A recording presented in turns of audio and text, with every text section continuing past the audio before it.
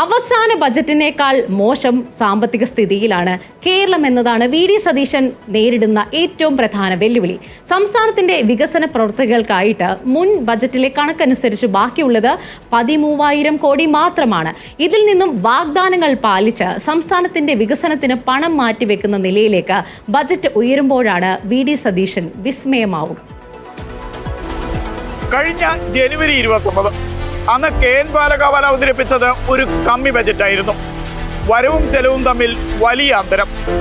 വരവ് 1,84,000 കോടി, ചെലവ് 2,39,000 കോടി, അതായത് 55,419 കോടി രൂപയുടെ കമ്മി. എങ്ങനെയാണ് ഇത് പരിഹരിക്കുക എന്ന് അന്നേ പ്രതിപക്ഷം ചോദിച്ചതാണ്. റിസർവ് ബാങ്ക് വഴിയും മറ്റ് ഏജൻസി വഴിയും കടമെടുത്ത് പരിഹരിക്കുമെന്നായിരുന്നു ബാലഗോപാലിന്റെ ഫോർമുല. കടമെടുക്കാൻ പറ്റിയില്ലെന്ന് മാത്രമല്ല, കിട്ടേണ്ട വരുമാനത്തിൽ കുറവ് കൂടി വന്നതോടെ ധനസ്ഥിതി വീണ്ടും മോശമായി. റവന്യൂ കമ്മി ഗ്രാന്റ് ഇനത്തിൽ കേന്ദ്രത്തിൽ നിന്നും കിട്ടേണ്ട 14,317 കോടി രൂപ കിട്ടിയില്ല. കേന്ദ്രം നൽകേണ്ട നികുതി വിഹിതത്തിലും 5,683 കോടി രൂപ കുറഞ്ഞു. ബാലഗോപാലിൽ നിന്നും വി.ഡി. സതീശനിലേക്ക് പന്ത് പോകുമ്പോൾ 20,000 കോടി രൂപയുടെ കുറവ്. ശമ്പളം, പെൻഷൻ, പലിശ, മറ്റ് ഭരണ ചെലവ് ഇവയിൽ നിന്നൊന്നും ഈ വരുമാനക്കുറവ് പരിഹരിക്കാനാകില്ല. പിന്നെയുള്ളത് വികസന പ്രവർത്തനങ്ങളായി നീക്കിവെച്ച പണമാണ്. ജനുവരി 29 ഇതിനായി മാറ്റിവെച്ചത് 33,000 കോടി രൂപയാണ്. ഇതിൽ നിന്നും 20,000 കുറയുന്നതോടെ വെറും 13,000 കോടി രൂപയാണ് വി.ഡി. സതീശന് ബാക്കിയുള്ളത്. 13,000 കോടി രൂപ വെച്ച് എന്ത് മാജിക്! ഇതിനുമപ്പുറം വി.ഡി. സതീശൻ എന്ത് വിസ്മയമാണ് സൃഷ്ടിക്കുക? ഇതൊക്കെയാണ് ഇനിയുള്ള ആകാംക്ഷ. ഇതോടൊപ്പം UDFന്റെ വാഗ്ദാനങ്ങൾ പാലിക്കാനും പണം വേണം.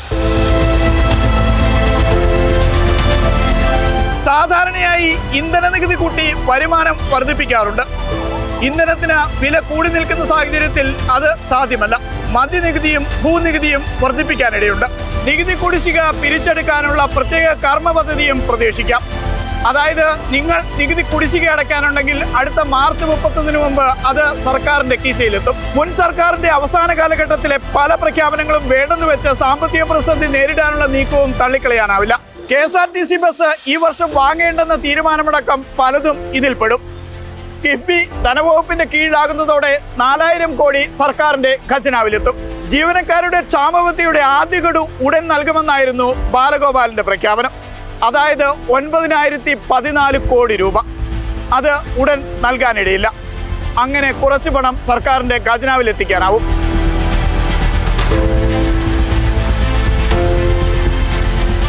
ഇതെല്ലാം പ്രതീക്ഷിക്കുന്ന മാജിക്കുകളാണ്. ഇതിനുമപ്പുറം എന്തെല്ലാം വിസ്മയങ്ങളാകും ഉണ്ടാവുക? കാത്തിരുന്ന് കാണാം.